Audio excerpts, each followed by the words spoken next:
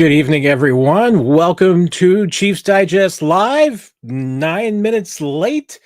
I know. I apologize, everyone. No, it's not the record. It ends a streak of beginning the podcast at a reasonable time. I think I was even early last week. So I guess I was due for a slump, but here we are. And yes, hooray, hooray. It is Q&A day, Luttrell. Uh, no, it's not the greatest of Tuesday nights. I'm sure everybody's got a little bit of hangover left over from the Chargers game. Not the Chiefs' best effort on Friday night against the Chargers. But onward and upward. Moving on to Cincinnati. No, moving on to the Eagles. Things do not get any easier for the Chiefs. So can't go to 0-2 to start the season. Need a win. It is Super Bowl rematch. This is going to be a big game anyway. A lot to talk about. Our good friend Nick Jacobs will be joining us a little bit later, and we are in lightning round edition, of course. I think we're going to try and do Thursday night at 6:30. Just because I do have a guest that is lined up to join us for the show. Need to get into that specific time window that I'm hoping will work. Not moving off too much from what we talked about, but would like to do most of the Q&A before Thursday night football begins. And we're still going to try and work out a few things on the schedule, see what we can do. But if you can join us then, we would love to have you on Thursday night, because Thursday night is also now Q&A day. So that'll be 6:30 Chiefs Kingdom time, Central Time. It's Kansas City time for those of you scoring at home. But I'm going to go straight into questions tonight. And if we got time later, we can talk about some of the topics of the day. But I want to make sure, I want to try and get to the questions when you ask them. Or Chris booked his in advance at 4:21. So Chris gets the honor of the first question. And I guess I should have saved you for when Nick gets here. I'll go ahead and flag it, and we can bring it up when Nick gets back. Gets in. Can you break down the Worthy play, where he was hurt, what went wrong? Without getting a chance to talk to anybody that was involved in the play yet, we're not probably going to get to this week. I will doubt that Travis Kelce is going to be available to us, but I'll look for him in the locker room and see if we get a chance. I think it was probably a little bit on both. I do know Trent Green was on a local station here in town and mentioned that the primary receiver is the one that's got the right of way. So if indeed Xavier was the primary receiver, that's Travis's responsibility to make sure that he doesn't run into him, and vice versa. If Travis was the primary receiver, I'm assuming Xavier was the primary option on that play. But I'll be interested to see how Nick saw that and sees it break down and everything. I thought on replays that a lot of people talked about Travis getting pushed off his route. I really didn't see enough of that. It just looked like some miscommunication and confusion on the play. You can't let that happen, and it's one of those things that you just have to button down. And it's unfortunate that for the second year in a row, Chiefs friendly fire is going to cost them some time with one of their receivers. John, is Sunday's game a must-win for the Chiefs?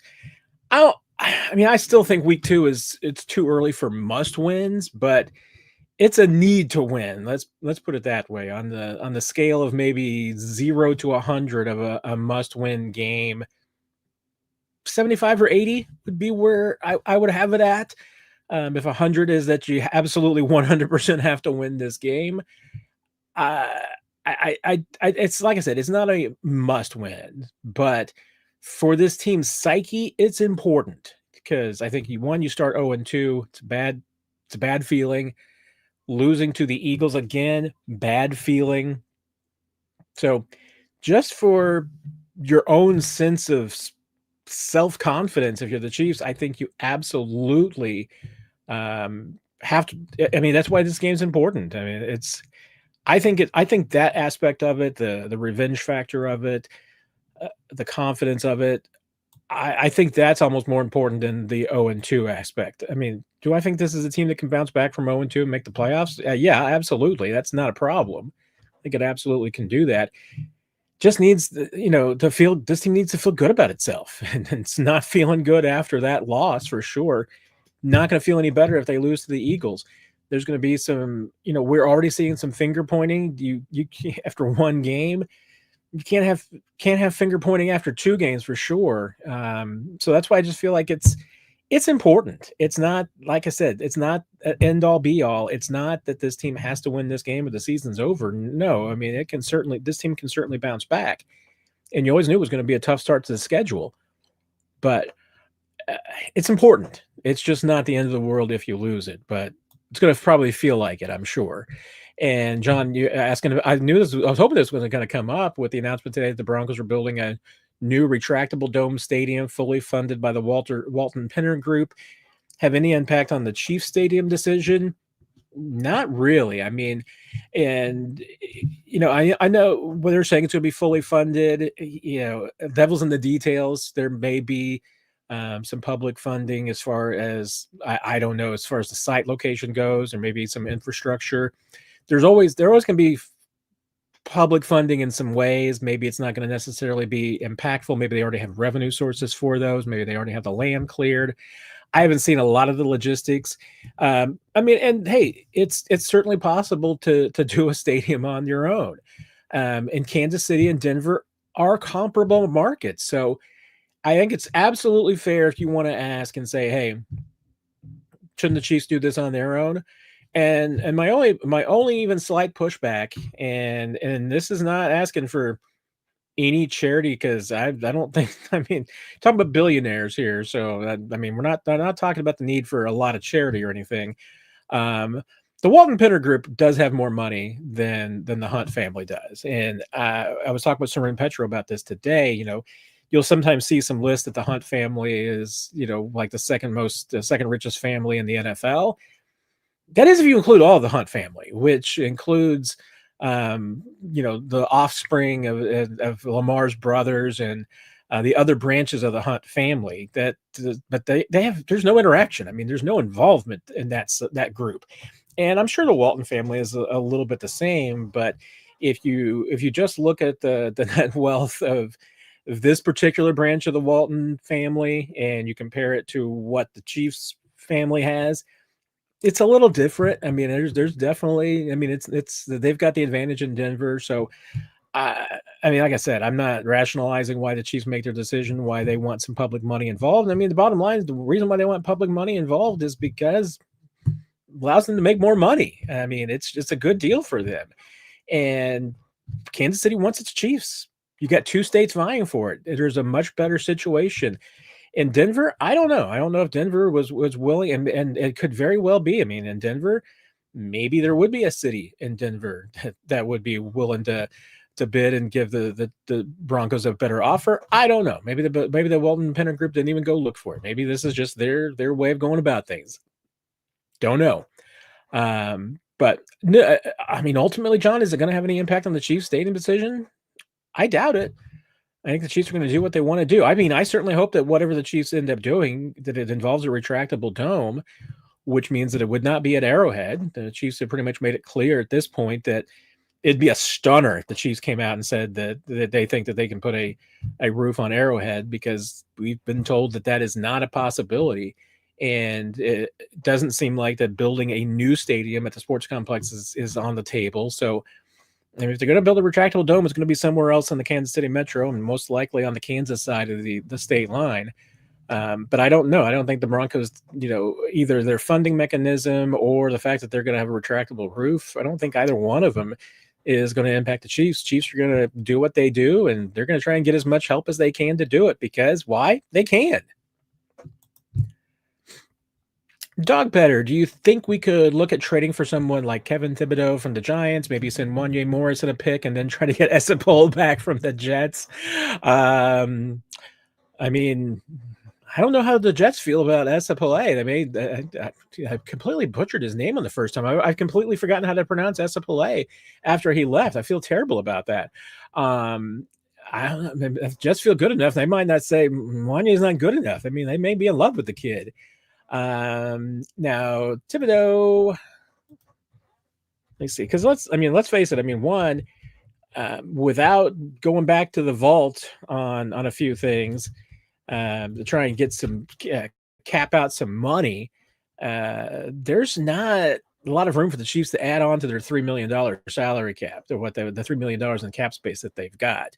I mean, Thibodeau's, I mean, that kind of contract absolutely is manageable. He's still on that. I didn't realize he was still on his rookie deal. So, yeah, that's manageable. So, yeah, I mean, if the Giants were willing to deal, and that's absolutely somebody that you could potentially get. So, 14-1, 14-7 next year. I mean, I think that would be the only holdup from the Chiefs standpoint. I mean, it's for the fifth-year option unless you can get a deal done. And then again, I mean, do the Chiefs have room to be handing out any more deals? It's a good 1-year fix, maybe not long term. I'm assuming that the cost would be a little bit prohibitive from a draft pick standpoint. The Chiefs don't have a ton of draft picks, so I'm gonna say it's difficult to get either one of those done. I don't think you're getting SAA back from the Jets, though. Ryan, have you ever been in the locker room when Andy Reid or another coach was yelling at the team? I mean, I'll tell you what, other than when Andy Reid walks through from his office out to the podium, I have never been in the locker room when Andy Reid is talking to the players. So he clears out before they let us in. I've heard some noises coming from the locker room when some coaches have been talking to the team. Not enough to make it out of what's being said, but there's some pretty thick walls out there at Arrowhead and pretty thick doors. So I can't tell you what was being said, but I have heard some yelling. But I'll tell you what, it's been a while. It's been a while since this team. It's been at least 6 years since I probably have seen any yelling or heard any yelling. That doesn't mean you don't have some moments on the practice fields of frustrations. It doesn't mean it hasn't happened, but it has been a while. John, what are your thoughts on the Monday night game? To me, that looked like a playoff game. That was a great contest. I mean, yeah, between the Ravens and the Bills, great comeback by the Bills. You have to give it up to them, making that kind of comeback and that situation against that team. That's pretty amazing.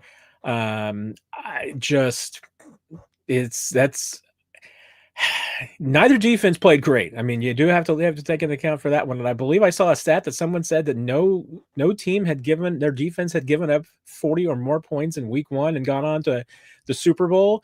So I guess that would rule out both the Ravens and the Bills. But you're right, John. It was a great game to watch. At the end, I mean, there was portions of the game that were not real entertaining because Ravens were putting that one away early. Obviously, the fourth quarter was something to watch, and the atmosphere, yeah, it felt like and sounded like and looked like a playoff game. Buffalo and their fans, they know how to get things done. They did not give up on their team, no matter how bad it looked there. So you give it up to the Bills and for their fans, they did not let it down. It was very impressive. Jesus with the super chat. How will the Chiefs defeat the Eagles? I mean, I'm not even sure I can bring in stopping the run game into this because, I mean, Chiefs stopped the run game in the Super Bowl and it didn't do them any good. I think that the focus here has to be on Jalen Hurts. You know, you can't let stopping Saquon stop you from stopping Jalen Hurts. If you want to keep the Eagles from scoring, that's the guy that you stop. So what do? You play contain. You make sure that he can't escape on you. He can't get outside the pocket. You've got to set the edge, whether it's run or pass on every single down. You've got to get pressure on the inside. You've got to get pressure on the quarterback, period. And yeah, I mean, if you're Steve Spagnuolo, that means you're going to blitz, and you're going to have to blitz a lot in this game. It's got to be, but once again, I mean, this game is even more important than last week as far as if you are on defense, you have got to execute and you have got to stay in your assignment. There can't be any freelancing. You've got to play this Eagles team. You have to execute to a T, because if you let Jalen Hurts beat you, he will beat you. And if Saquon beats you at this point and you're the Chiefs, I mean, you're going to have to let him. If Saquon's going to go off for 200 yards and the Eagles can do that, let him. You've got to find a way though to stop Jalen Hurts, and that's not because he won that game against the Cowboys with his feet. It was not his arm. He didn't have that great a game passing. Neither one of the offenses were very good after the rain delay.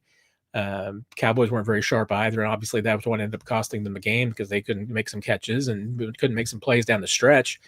So I think defensively, your focus has to be Jalen Hurts. You've got to stop him, and that means controlling the line of scrimmage. It means getting pressure on Hurts. It means keeping him in the pocket, because if you let him extend plays, you let him escape, he will beat you. So you're going to have to put a lot of, and now that means you're going to put a lot of pressure on your secondary. You're going to have a lot of one-on-one matchups out there, and you're going to have to win at the line of scrimmage, because if you, once again, you give Jalen Hurts 3 or 4 or 5 seconds to make a play, he will find someone. He'll make plays. You just can't let him beat you. So for the Chiefs, that has to be the number one focus. Offensively, I mean, I think it's the exact opposite. I mean, they need to establish this offense. They need to get the run going. And it's been 2 games in a row now, going back to last season, going back to that Super Bowl, where they just abandoned the run. They did it against the Chargers as well. Can't be in this game. You're going to have to win. You're going to have to control the football. You're going to have to control the line of scrimmage on both sides. I mean, it's ABC football, and it's not super sophisticated, but I think that's the reality of this game. I don't think there's a magic bullet to this one. It's just simply who wins the line of scrimmage in this game will win it.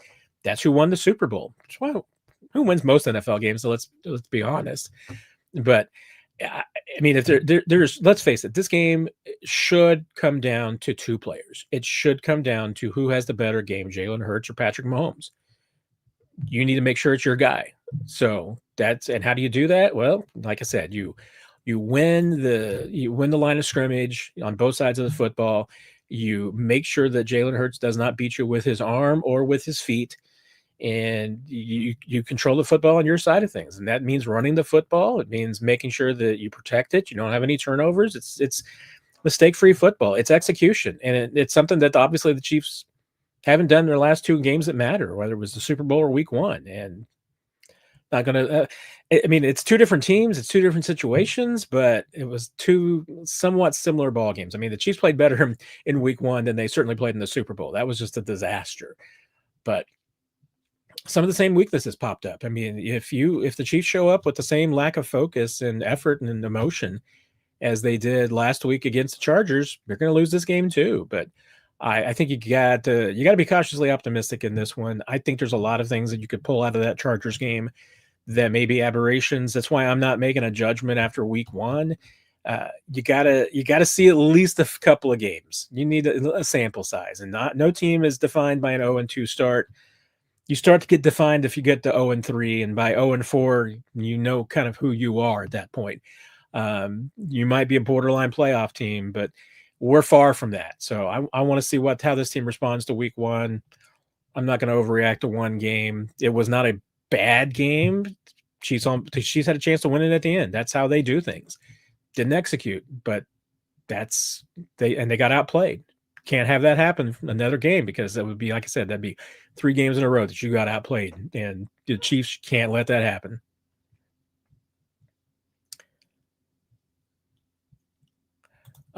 John, coming back, one more question. Tell you why Jawan Taylor continues to make penalties. Why isn't Andy Heck on the hot seat right now? As it doesn't look like he can solve this. I mean, you're not going to change offensive line coaches mid-season, as even if you might need to. I mean, it's just never going to happen. I mean, very rarely, and certainly not teams as successful as the Chiefs change position coaches mid-season.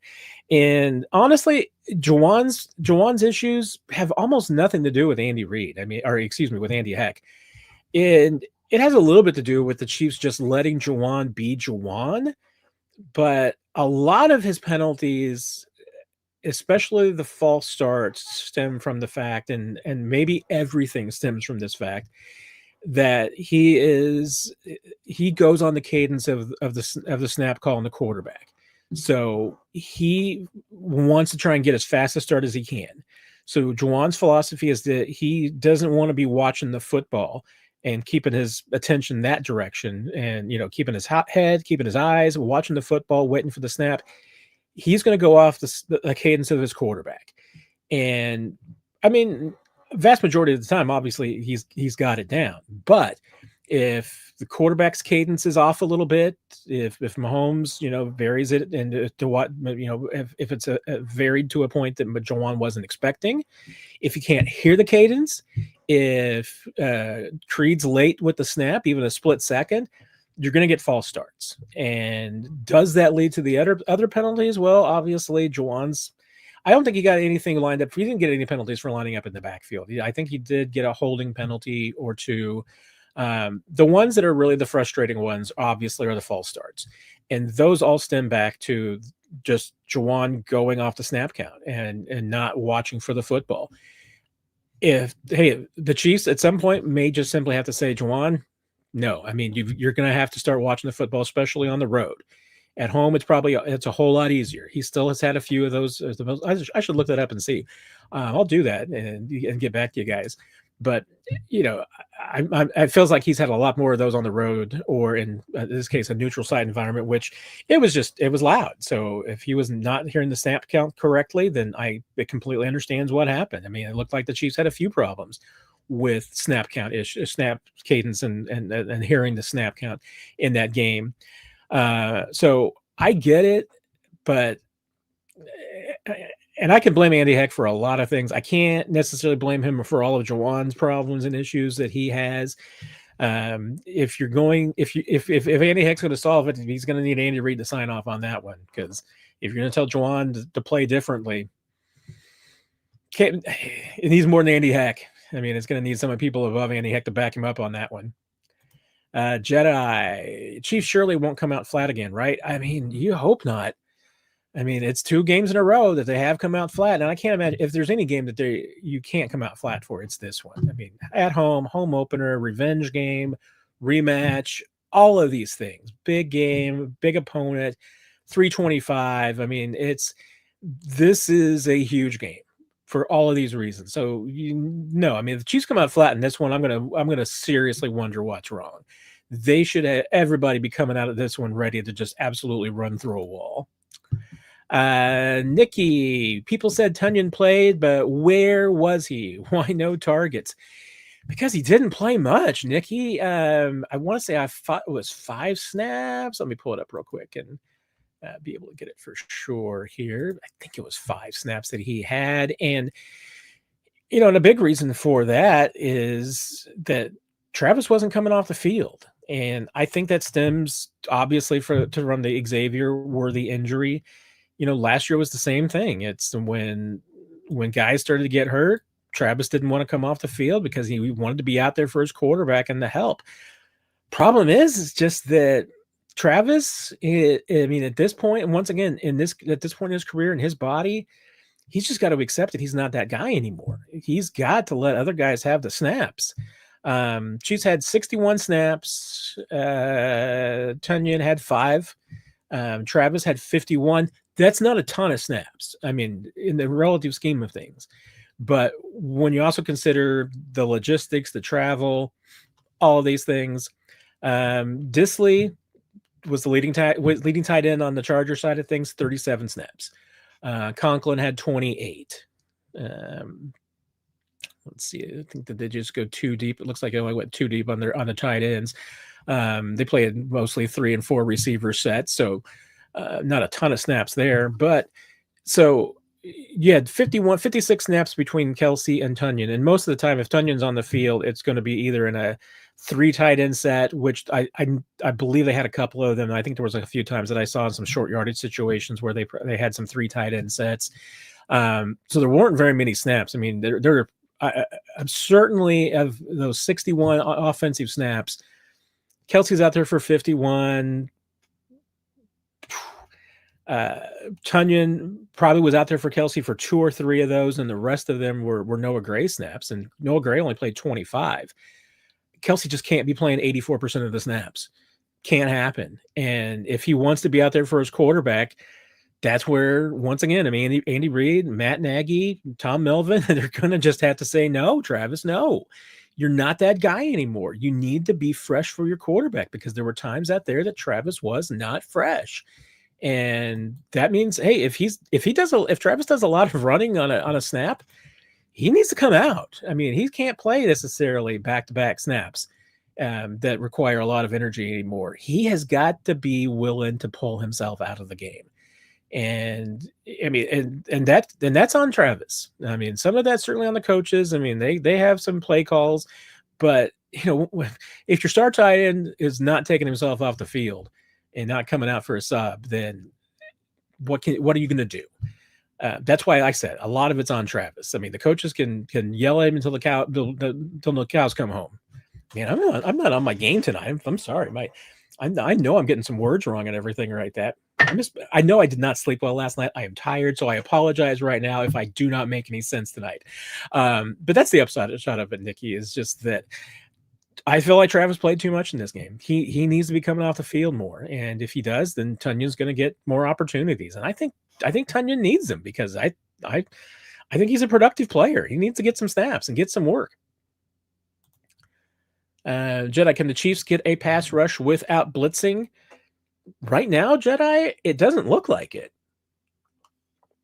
I mean, again, I'm not putting a lot of stock in week one. There was a lot of, things going on behind the scenes on this one, and nothing that, secret that you don't know about. I mean, there maybe later on when the documentary is made, we'll learn maybe there were some things going on behind the scenes that we're not talking about. But, hey, the travel doesn't treat both teams equally necessarily. The bus ride doesn't treat both teams the same necessarily. And I'm not even just saying that from a standpoint of, that one was harder than the other. I mean, really the two biggest difference between these two teams and their travel logistics was obviously the Chiefs had about a 4-time longer bus ride, which is not insignificant. And they had to get to the stadium a whole lot earlier than they normally do. Not terribly insignificant either. I mean, those are both factors about why this team came out as flat as they were. And I mean, if that affected the big guys, if that affected the guys like, your edge rushers and Mike Dana and George Karlaftis and Chris Jones, none of them had particularly good games. I mean, the best game of anybody on this team on the defensive front, if you rely on Pro Football Focus, they'll tell you it was Ashton Gelati. And certainly didn't hurt that Ashton only played like 9 snaps. Also doesn't hurt that he's the youngest guy on that group. So, there were some young guys that looked like they had some moments. At least they're young guys, young big guys, and their old big guys struggled in this one. I don't think that's necessarily an accident. I mean, I think that's not a coincidence. So, I'm not taking a lot of conclusions from week one. So going forward, can the Chiefs get a pass rush without blitzing? They better. I mean, and this is going to be a great test this week. They need to be able to do that this week. I mean, the Eagles have a very good offensive line. Now they're dealing with, Dickerson's just always going to be hurt. This is where he's had enough injuries. I mean, and sometimes when you get certain injuries, like the ones that he's had, you just have them forever. So I haven't seen yet whether he's going to be available or not.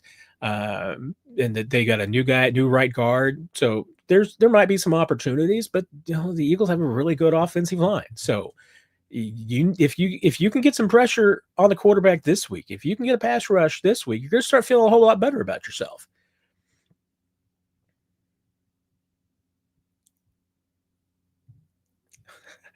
I'm saying that you're prodding me to move along. I saw you just your car broke down. That totally sucks, Nikki. I am so sorry about that. The transmission and pain. Oh man, that just seems like it's just too cruel. That's just like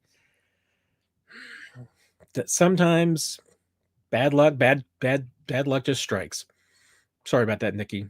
My thoughts are with you. That's a tough one. I hate that. Tyler, what is the vibe you are getting from the Worthy injury situation? Is just going to be a wait and see game for a while? I mean, I think it is.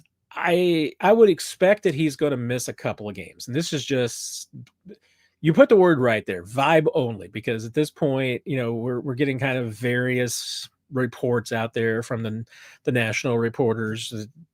So we've got a couple of different stories out there. One that he might be out for a little while, one that he might try and play through it. I'm sure they're probably still getting some second opinions, maybe third opinions on this about what they're going to do going forward. Now, what's Andy Reid say? Andy Reid says he's day by day. I don't know if day by day is significantly different than day to day. We'll see what we get on Wednesday. I would be surprised if he doesn't. I'm expecting him not to practice on Wednesday, which would lead to him not playing this week. If he does, I think it would be an absolute miracle, and I would be concerned a little bit about re-injury. So I would expect him to at least miss a couple of games, Tyler, and then it does probably get into wait and see. Then it is probably a week-to-week situation, unless the Chiefs just come out flat out and say, you know what, he's going to be out for 4 weeks. They're going to put him on IR. Then you'll know something for sure. But like Nikki notes right there, that it's the fact that he has not been put on IR to this point is good news. Now they still have a few days where they could exercise that, because once you go on IR, you have to miss 4 games. So as long as they do something before Saturday, then they still have that option for him to just miss the same amount of time and then be able to bring him back down the road. But if he doesn't go on IR before Saturday, then the Chiefs are telling you that they do not anticipate him missing 4 games. Still might miss 4 games, because we have seen that happen before, but it would at least be a good indication that they don't think it's going to be that long. My vibe right now that I'm getting is that he'll probably miss a couple of games, and then it'll be wait and see, just kind of a week-to-week basis about whether or not he comes back.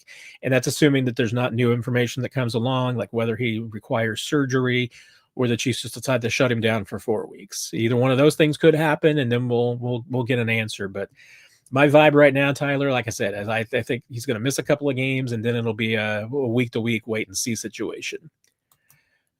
Sharon, who should, not will, start at right tackle, especially given Jawaan Taylor's performance last against the Eagles. Starting Jalen Moore sends a message I think Andy wants to send and give Eagles a different look.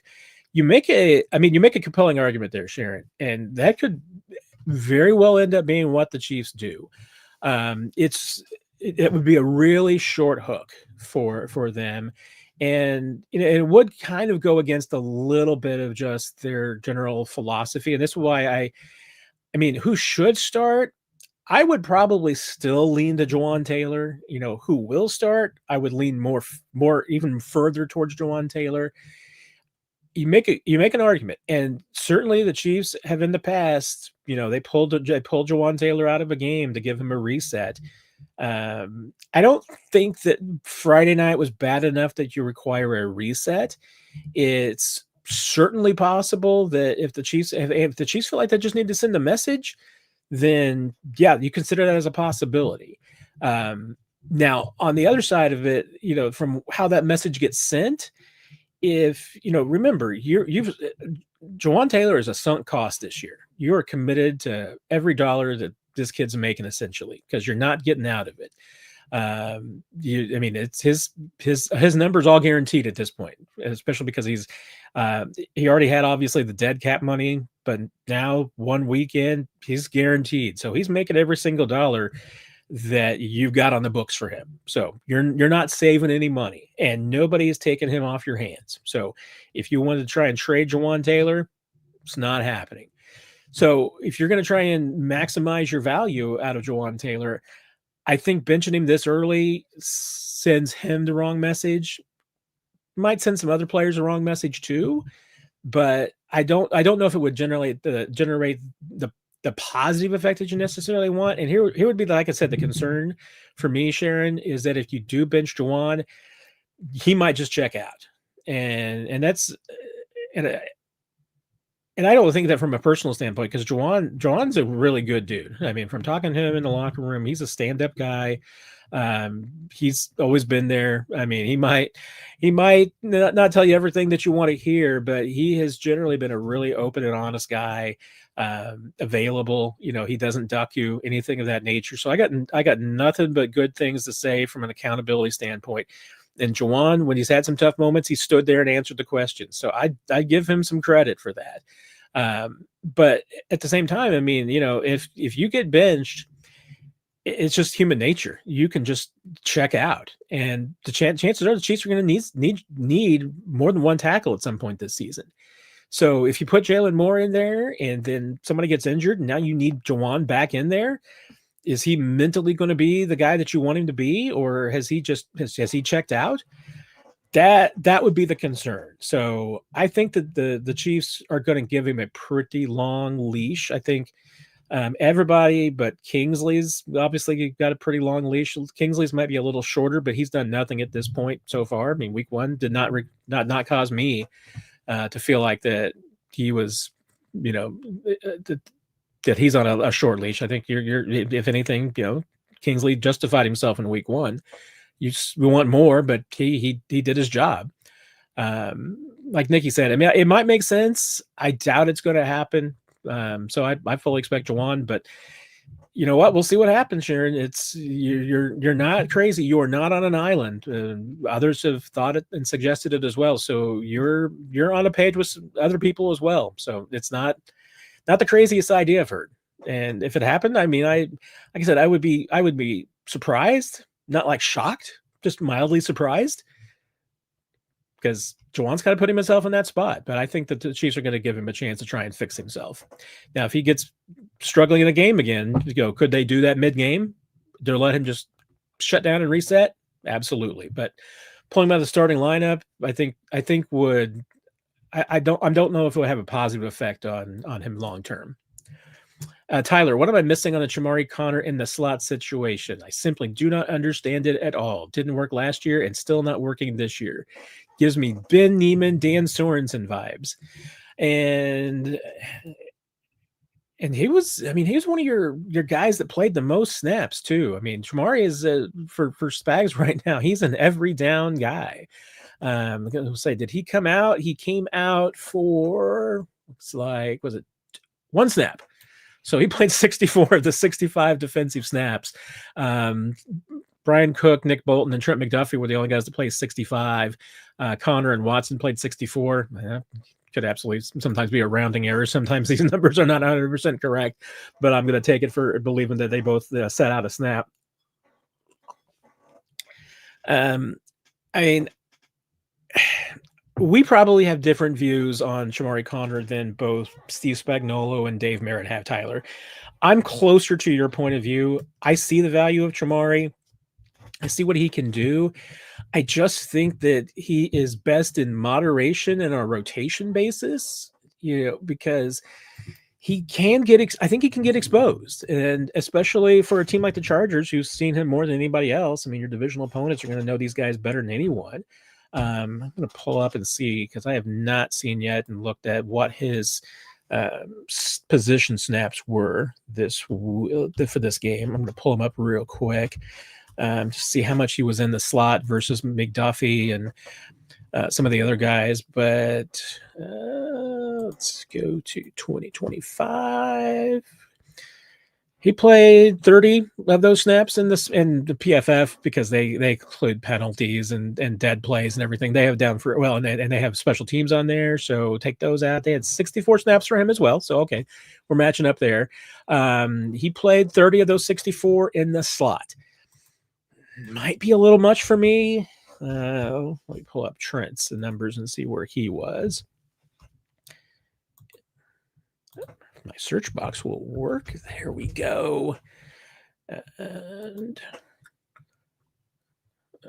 11. Yeah, I mean, based on those numbers, I would say I want Trent McDuffie in the slot more. Now, that's going to be indicative of, if the Chiefs are going to be putting three corners on the field, less so than, because Trent's only going to be in the slot if they got three corners on the field. It doesn't matter how many safeties they've got. They have to have three corners for Trent to be out in the slot. And they may get to that point once, they've got Christian Fulton back to a full workload. Maybe when they get Najee Johnson back. I mean, right now they're a little slim at the depth chart at corner, so maybe that's why they're going to continue to do this. But they, honestly, I mean, and let me look, how many snaps did Jaden Hicks end up playing? Even 39. I mean, I still want to see Jaden Hicks out there a lot more than that. I mean, I'd rather see Jaden Hicks than Chamari Connor in some situations, but the Chiefs, they trust Chamari in the slot. I'm not sure that has always been a decision that's been rewarded. I think it did as a rookie when they protected him in certain matchups. Didn't do him well on the other night Friday because there was no protection. I mean, he was just the guy most of the time that if they had a slot corner, he was the guy. That's I questioned it too, Tyler. And I can tell you, I mean, that part of it is that Spags and Dave Merritt have a lot of faith in him, a lot of trust in him. Has he justified it completely? I would argue with you that I would join your side of that. That I think that maybe need to go a different direction. But Chiefs at this point have no indication that is on their plan. Let's see. What do we got next? Yep, Red Royce, you saw me. I was just on Locked On Chiefs with Ryan and Chris. I don't think we did that live, right? No, that was at no, because I think we started late on that one too. So, but I guess that means it's up. So yes, you can always catch me on Locked On Chiefs. And Tuesday's my busy day. If you're in Kansas City, I was on the Sir and Petra on the program at 8:10 and Radio 810 Sports Radio 810 at 3:00. So it's a busy day for me on Tuesday. That's my making the rounds day. I'm going to come back to you, Andrew. Red Royce, your other question: how much do you think the Chiefs will be able to stop the third and longs and letting them get first downs? I mean, third downs. Long third downs in particular, it's assignment sound. I mean, that's generally what it comes down to. You should absolutely, I mean, it's a down that in those situations, I mean, most of the time, Steve Spagnuolo is going to be on 3rd and 14, pin your ears back and just go after the quarterback.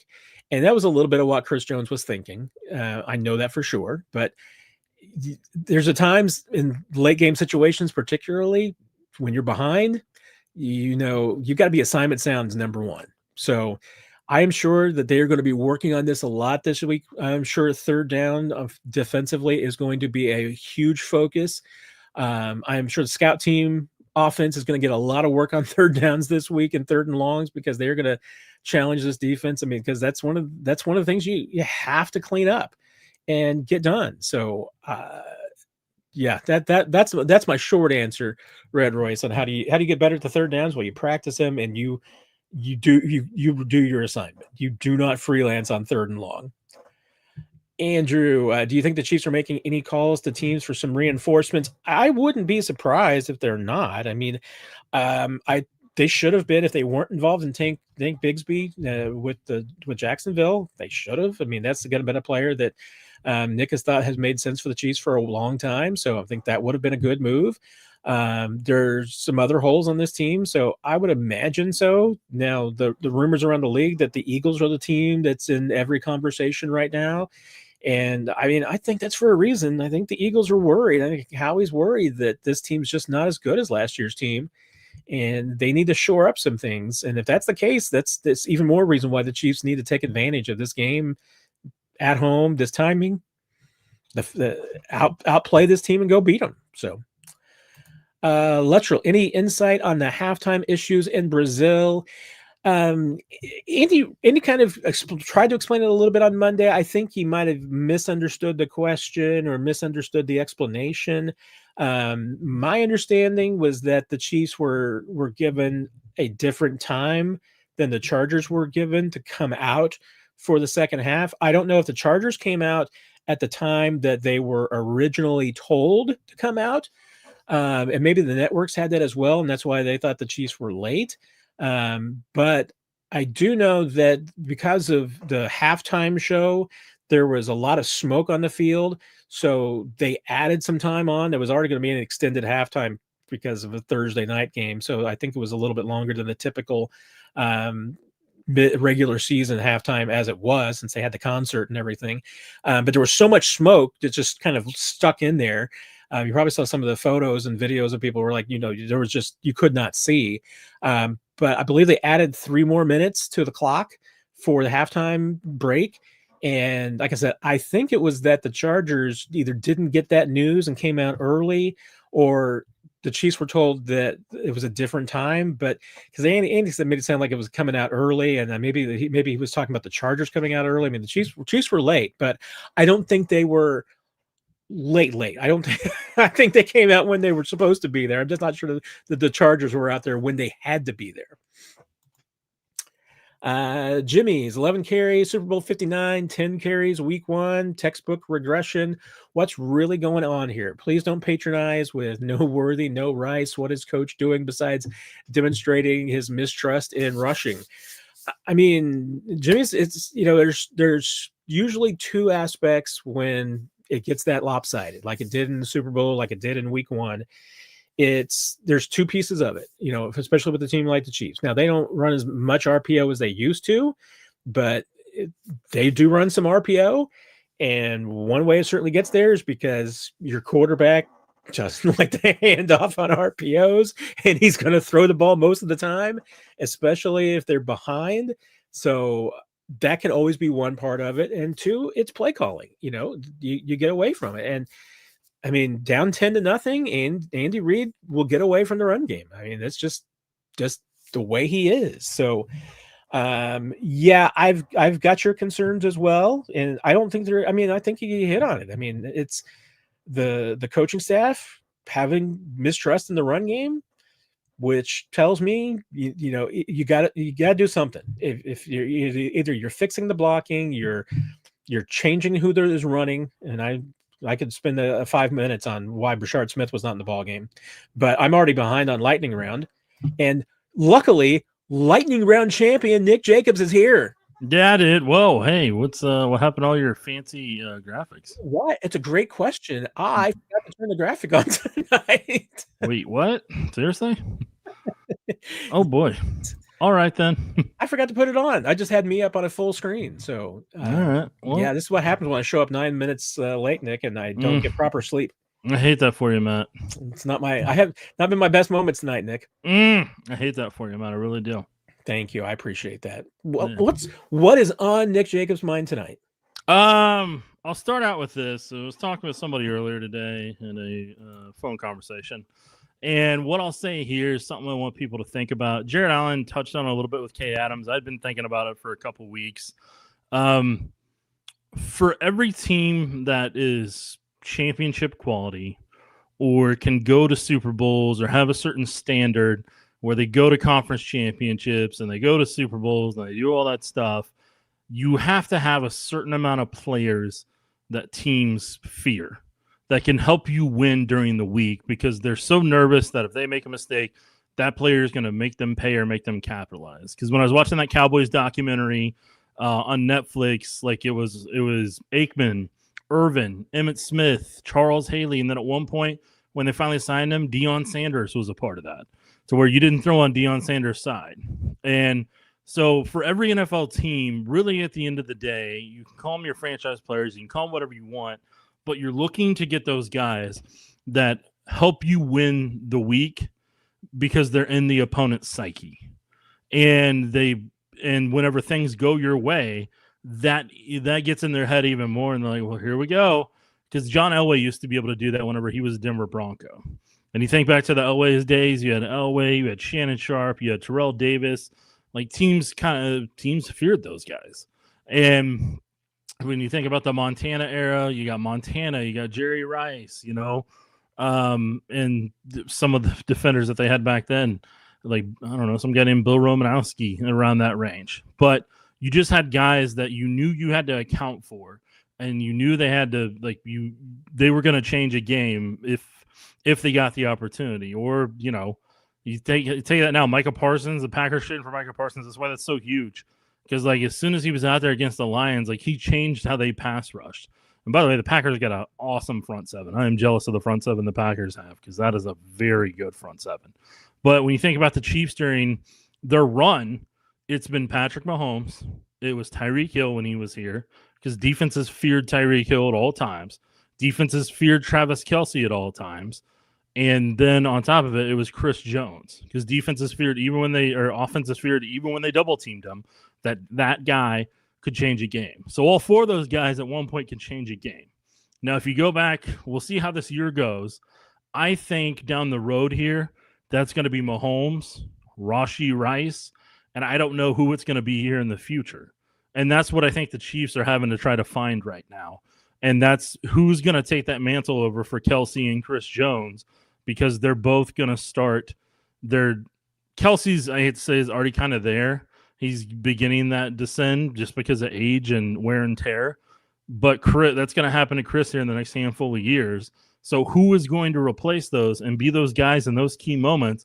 So it's not just Patrick dragging people around here in the next couple of years. Or do the Chiefs find that guy, whether it's through free agency, maybe a trade, or through draft picks down the road? Or some guy on the roster that can elevate to that point that they've already drafted and just takes that step. So that's my first thought of the evening, Matt, and I want you, and if you want to do this, look around the NFL and think who, for each and every team, who is the guy that other teams have to game plan against or other teams have to fear? So that's my opening thought for tonight, Matt. And Matt, I don't hear you right now. Did you mute yourself? You did, because I hear you now. I did mute myself. I mean, the Eagles have three, at least three. Okay, who are they, Matt? Jalen Hurts. Maybe. Saquon Barkley. I don't know if teams fear Hurts as a passer. They fear his legs right now. Well, that's the thing. I mean, put them both together, and I fear whatever part of him is hot that week. Saquon Barkley. Maybe, if he's healthy. Jalen Carter. He's still got to establish himself. I think he's getting there. He's still got to establish himself. I mean, AJ Brown. AJ Brown is definitely one of those guys. Yeah, I think. Right now, I mean, I would say the Eagles have more people that you would fear than the Chiefs have. The Eagles right now have a lot of very athletic role players that may become that overall, that determine and decide a game just by their presence alone. I mean, it's hard to do. I mean, it really is, especially in this day and age in the NFL. It's hard to get three like that, but that's what I say. The Eagles are just ascending to that level of success. So, like I'm saying, like it's going to take a little bit more time. I'm not even sure if, like, the Ravens, I would say, have three. Lamar Jackson. Yes. Derrick Henry, you fear tackling. You do fear tackling. I'll say you do fear Derrick Henry. And Zay Flowers is ascending to that. I would say ascending, yes. And then Kyle Hamilton is ascending to that. At some point, Derrick Henry is going to start descending at some point, right? I mean, he's already doing that, but like he's just you're scared. Like you saw the Bills. The Bills were scared to tackle him in that game. That's why he had all the big runs that he did. They're like, I'll try to justified. I'll try to be a speed bump. I'll try to be a speed bump. Oh no, he ran right by me. So. I mean, I would love to just get one snap in the NFL and see what it's like. But if you told me that one snap was going to be on a Derrick Henry run, I don't want any piece of that. I'll try it. I'm just going to have PTO for the next 2 weeks and maybe on workman's comp. Maybe for the rest of my life. Nope, not for my life, but my back will be out for a while.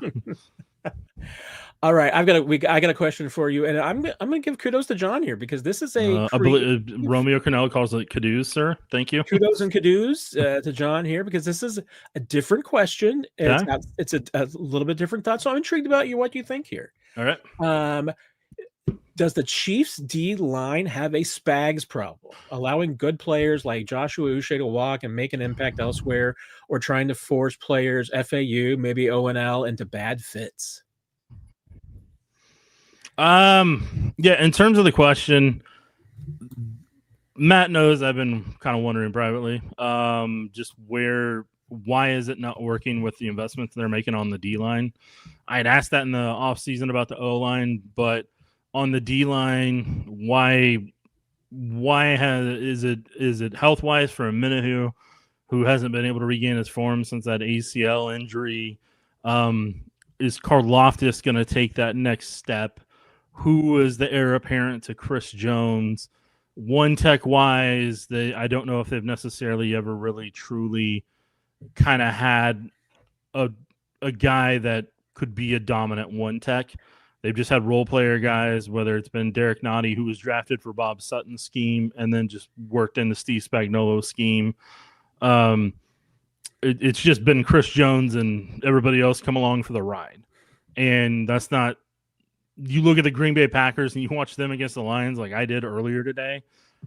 like that's a front four, man. That's a front four that's going to terrify a lot of NFL teams this year, and helped make Jared Goff uncomfortable the entire game. The Packers are going to make a lot of teams uncomfortable the entire game. That's just the ability that they've built by drafting guy after guy in that pass rush in the first round and trading for Micah Parsons. So FAU, I don't know if he was ever really a fit. Like, the further we get away from it, the more I'm like, hey, he's probably more of a wide nine rusher, and there's a certain level of run defense that you have to have for Spagnuolo to feel comfortable with putting a player out there. Somebody that I've always wanted to see as an in for him has been Leo Chanel. Like, and they did a little bit of it finally, and I think they got to do a lot more of that. And I think he needs to be out there on every down. I know that sounds weird to say, but whether it's at linebacker or on a pass rushing down, he doesn't go off the field. He just goes to end. Like, I personally want to see that on a regular basis, because I think that guy, if he's not in Kansas City, I think he's a really good 34 outside linebacker for a 3-4 front somewhere else. So, and for Valerie Sanders, verdict out for Noddy. Well, I mean, Noddy's been in the league long enough now. You know who he is. he's a one tech eat up snaps guy.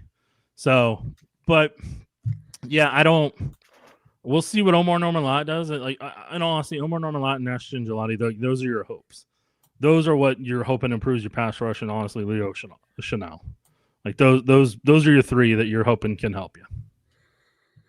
Yeah, and you know, we've talked about this before too. Is it?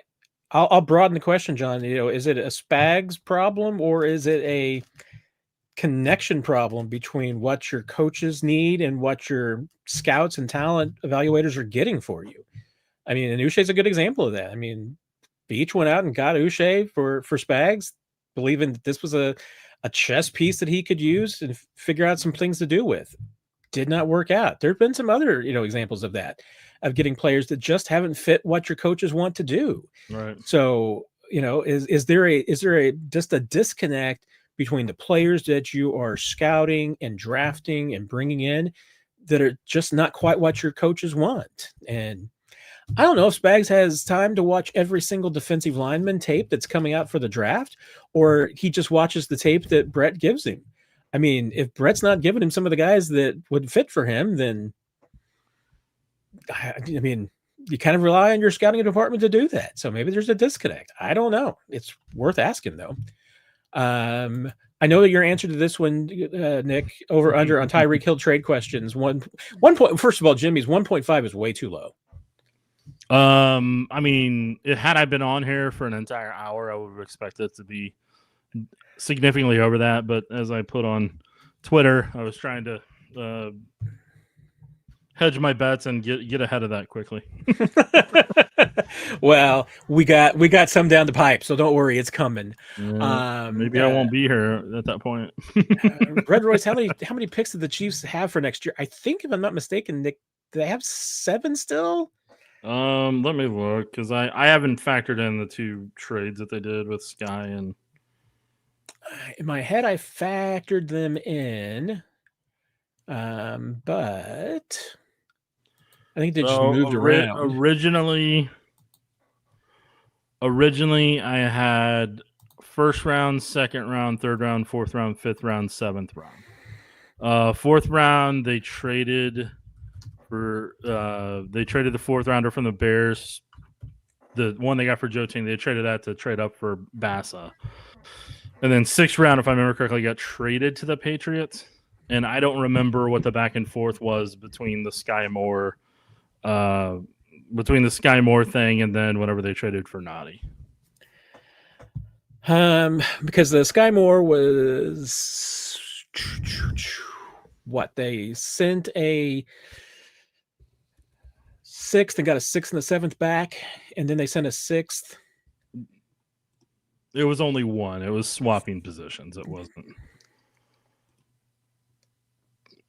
The alleged thing, if I remember correctly. So the Chiefs traded him so the Chiefs traded a 2027 7th rounder to the 49ers for 2027 6th rounder. So that didn't even factor into next year's. Then let me look at Derrick Nottie because that was another swap that they did.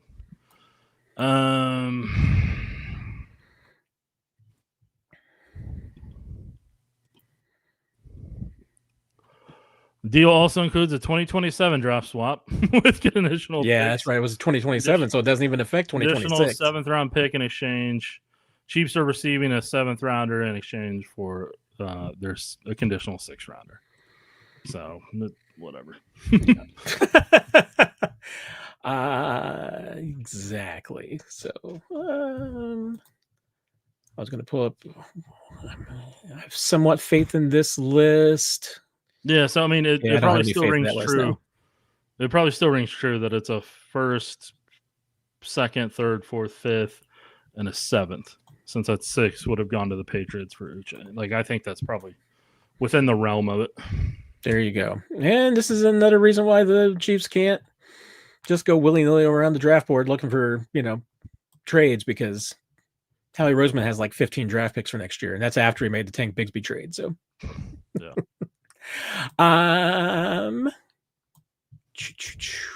Jesus asked this earlier. I gave my answer. I'm intrigued on yours. I know you'll be talking about on other places, Nick, but the Cliff Notes version. How did the Chiefs beat the Eagles?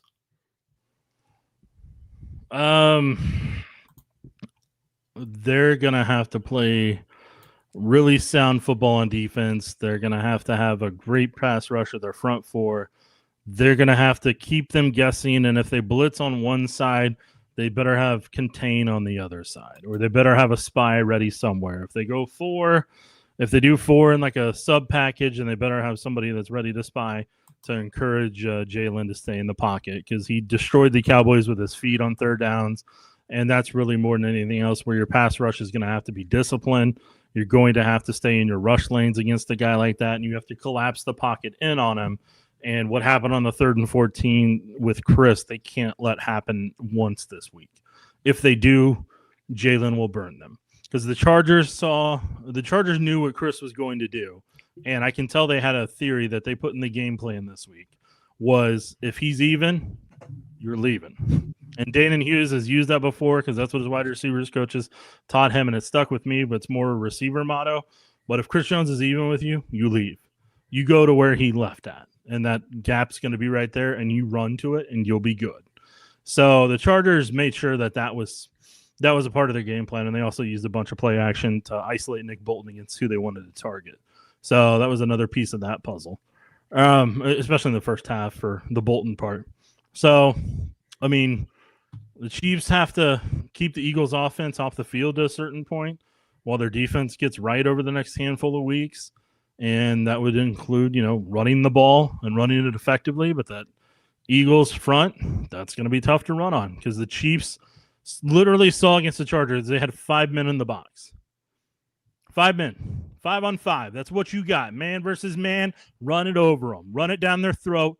In the words of Marshawn Lynch, block. Actually, I'm gonna twist it a little bit. Instead of just running through individual's face, you got to block a individual through his face.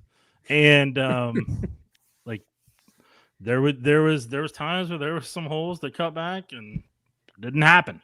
There was times where there'd be a hold penalty. There was times, but I mean the Eagles. The Chargers are like, hey, we got 5 people. We don't think you're gonna run on us. We don't think you can block us. And guess what? They're right. So Patrick ended up having to take off and run and be the leading rusher by a solid 25 plus yards. So look, it is what it is. Chiefs are gonna have to play a great game. They're the biggest thing the Chiefs got to figure out this week is how do they get back to near 100% from the travel down to Brazil and then the travel back from Brazil. How do they get back to normal? Because I can tell you, we talked about it on the podcast, and I can tell you right now, that football team in the first half looked beyond sluggish. The more times I watched the game, the more I'm like, that first half, they were sluggish. They looked like they were jet lagged, and they probably should have come a day sooner to Brazil. And maybe things are different, maybe they're not. But there just wasn't equal footing on that front, and there's a reason why the Chargers picked that game to play Kansas City down in Brazil. And that's why the Chargers made sure that they went a day earlier than Kansas City. The Chargers gave themselves every single advantage possible to beat the Chiefs, and they still barely beat the Chiefs. Because if Rashee Rice is out there, that's a different ball game. Like that dude, the way that offense would be clicking, the way that offense would be going, that would be a whole different ball game with Rashee Rice out there. Rashee Rice is now what Travis Kelce used to be for this offense. That's what I hope people understand. Yeah, I think it's even becoming more and more, understandable why the Chiefs supposedly wanted Rashee Rice for this game, and then we're fine if he got suspended in week 2 because I think Andy Reid knew he needed Rashee Rice to win this game. And Matt, I think you had something earlier that was about the Kelce Rice or Kelce Worthy play. Yes, we did. And I think you were listening. Yeah, your breakdown on what happened there. So whenever they're running the crossing routes, they had trips to the left side. Kelce's in the middle of that, and then on the inside was Hollywood Brown. They motioned Hollywood Brown to see if they were in man or zone, because if they're in zone, it doesn't really matter at that point if you run mesh. You're wanting to see that they're in man coverage. So when Hollywood Brown went across and his guy followed with him, he's like, all right, they're in man coverage. They're in what we want. Okay, cool. And then so Kelce has to wait on Hollywood Brown to clear on his somewhat vertical route at the time it was run, because he's carrying that defender away and trying to hold that safety. Then Kelce's coming across on a mesh route. Now, whenever people are doing a mesh route, the thing you're attempting to do, it's like, I'm going to use this Top Gun reference. You're trying to get the defenders to essentially buzz the tower of each other. So you're trying to get them to hesitate against each other. You're trying to get that corner or that safety to hesitate against the guy who's covering underneath of it. And they're trying to avoid each other. So if they take a couple steps, that gives your receiver 1 or 2 steps, maybe 3 steps if they're fast enough, of advantage to get the ball to either one of them. But you're trying to create that with one of the two. So Kelce's waiting on that, and then Kelce does his mesh route. Kelce isn't affected by Derwin James in the way that I think some people thought, because Kelce's actually pushing off a little bit. But he's extending that arm out, just like, hey, how you been? So, I mean, they could have called offensive pass interference had that play actually worked out for that alone. And then Worthy, when you see Worthy starts, and then I personally think he went a little bit too wide, because then he overcorrects and he corrects back in. So I want you to think of it like an angle route, boom, where running back comes out of the backfield, boom, that way. So you see Worthy try to overcorrect, because the way they're set up, he's the guy over top now with how he ran the route. And instead of it being, boom, boom, Worthy ends up angling towards, he angles down, and then he accidentally runs it in the spot. So either there was some confusion in who was taking the lead on that route, or there was some confusion in who was taking the lead on that route. And I said that twice because that's what it is. Now, everybody wants to get their pound of flesh and blame this person or that person on it. It's unfortunate it happened. It's a bummer it happened, but it happened. And now they've got to, like they say in the episode of Friend, pivot. Very well put. And yeah, I sounds like you may have a point there in that, in that situation, the primary receiver should give way, or should be the secondary target should be giving way to the primary target. I don't know that either one of them knew who the primary target was. I'm not going to guess on it, but I know the way the routes were run, nobody was going to buzz the tower of the other defender. I love the Top Gun references. Where'd he go? Where'd who go? I like this question, Chris. Would you have given the baseball to Philly's Karen? I feel like no way would you. No, I would have just stared at her, and then people. I'm not taking that away from. If hypothetically, if I'm in that dad's situation, I'm not taking that away from my kid. Like I'm not. No, you can yell at me all you want. You can do whatever. Like that's my kid. I got that ball from my kid. That's going to my kid or my niece, or since I have 5 of those nieces. Like that's theirs. That's the whole reason I would have got it for him to begin with. I don't need a baseball. I can go to the store and buy a baseball. I don't care. But like it's about kids. It's about giving the kids a memorable core moment, a memorable core experience. And you find out who, in that moment, like if she saw I was going to the kid, like, oh, move on with your life. But we all make decisions in life and we all reveal our characters in one way or another, and she revealed hers. And, as a coworker tweeted out earlier this week, there may be a lot of those Halloween costumes this year. I saw Mackenzie mention that would be absolutely hysterical. If I didn't know if she wanted her name out there, but there we go. Well, she put her name next to the tweet, so I'm giving her credit for it. I didn't know if she wanted it or not, but there we go. Good job, Matt. I thought that since she put the tweet out there, she wanted credit for it. We'll never know, Matt, because you already took good care of it. Alicia heard that Mike Pennell played well for the Bengals this week.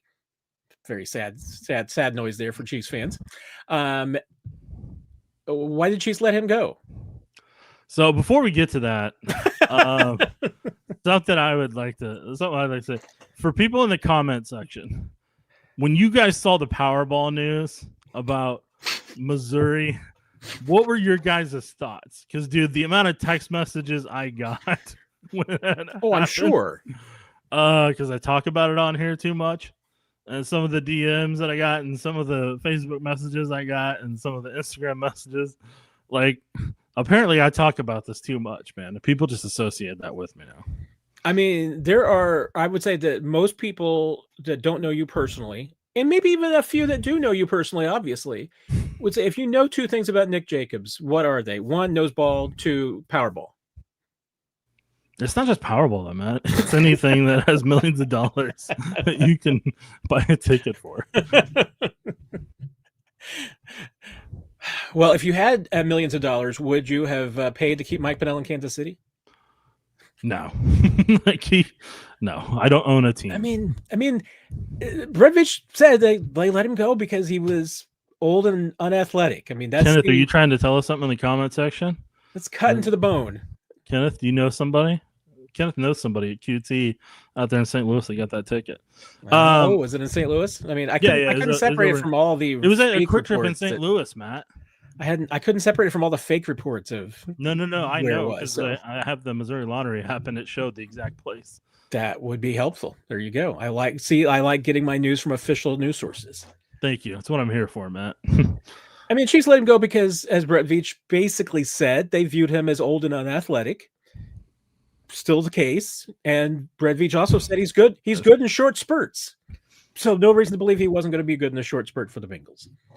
Sorry, I was reading Kenneth's comment. He's waiting to hear from all his family. Yep. Keep checking on him, Kenneth. Keep checking on him. Be like, hey, you doing all right? You doing okay? Yeah, but get back to Alicia's thing in terms of Mike Pennell. My apologies.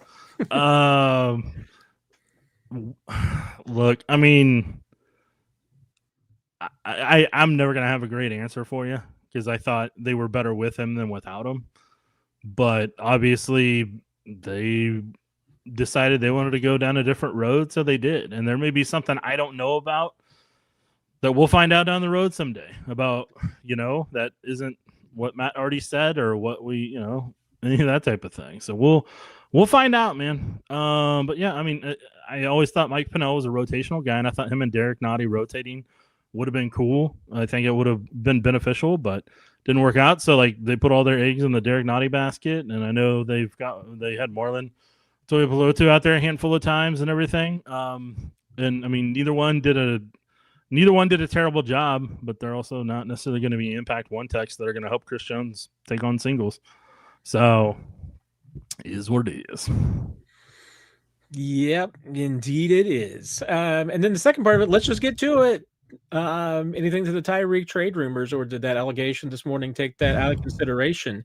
I mean, I will say this, Nick, if the allegation this morning didn't take it out of consideration, at least it's a reminder of the noise that comes with Tyreek. Bless his heart. I'm sorry, just the way you said that. Look, I mean, the Chiefs don't have room right now financially to do that.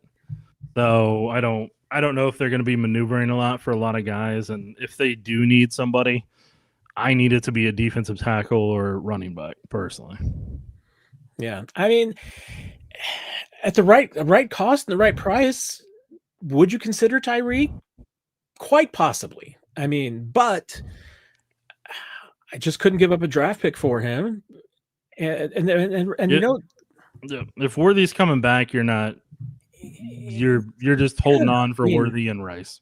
you are, and let's face it, we're not talking about Tyreek of 5 years ago anymore. I mean, Tyreek showed last year he's on the downward slide, and I think that Tyreek with his game, it's not going to be a gentle slide. I mean, he fell off 50% last year. I'm not saying he couldn't, at least beat his numbers last year, but you get to this point in your career, you were normally not rebounding. So, and I just don't, like I said, I don't think it's going to be a gentle slump into the tub for Tyreek. But Brian, you got to stop mentioning Andy Heck every chance you get, man. I was like, afraid, I was afraid he was going to bring up lightning round again. And like Brian, I'm pretty sure the Heck family's got like a restraining order against you at this point with how much you mention him, or you get paid by the dollar. I don't know. it'd be awesome if he got paid by the dollar for Andy Heck rep mentions. No. JK, big fan of the show. How much of the blah performance last week might be because the vets are just tired from so many long seasons and they're just dog tired from their success? I mean, I feel like that's an accumulation thing, probably at the end of a season, Nick. But I mean, once again, I mean, it does come back to the fact that I think there was more to this blah performance in Brazil than just a bad day. I mean, I think there, and it doesn't necessarily mean there's one cause of it, but there was something that pushed this team over the edge because they had nothing in the tank for that game. For most of it, yeah. Patrick Mahomes turned it on and tried to will. Oh, Patrick turned the it team. on. There's no doubt. And I mean, I think that the Xavier injury took a little bit of the starch out of the team as well. I'm certain that there were some guys in the back of their head that were like, "Oh no, not again." And they certainly seemed to lose some mojo. Now Patrick tried to get the mojo back in the second half, but he couldn't get anybody else to put a cape on with him. So, is fan fantasy. That's what I'm saying. I mean, it's not going to happen. You would wait for him to be released from the Dolphins, and then you could sign him. But I mean, somebody else is going to probably pay more money. Well, I mean, we'll see what happens in Miami in the next handful of weeks because if they continue to play like they did against the Colts, they're gonna have a fire sale by like somewhere between week 6 and 10. Alicia, I answered this question earlier, Nick, so I'm going to let you defer to on this one. Could Jalen Moore potentially get a start over Jawan Taylor? Not right now, because like the thing with Moore, you at least have an option for him to either go into left guard or right tackle. At least in my mind. In the coach's mind, it may just be right tackle only. But in my mind, he could play left guard or right tackle. And I think having that option available is good. But I know everybody's down on Jawan Taylor and everything, but you're paying a lot of money and you don't want that money to be sitting on the bench. But if it does get to a point where he's costing the team on a regular basis, then you're gonna have to do something. But if you do that, it's tough to go back on that decision. That's what I don't think enough people understand. Yeah, I'm the same way. I just feel like if you do that, you are telling Jawan Taylor you don't want him anymore, and you get mentally checked out like that. It's hard to get a player back. No. Perry, if the Chiefs come out flat again, at what point do you look at Andy Reid? No, he just said Andy. He didn't say which Andy. I know. I figured he wasn't playing with Andy Heck for the entire team being flat.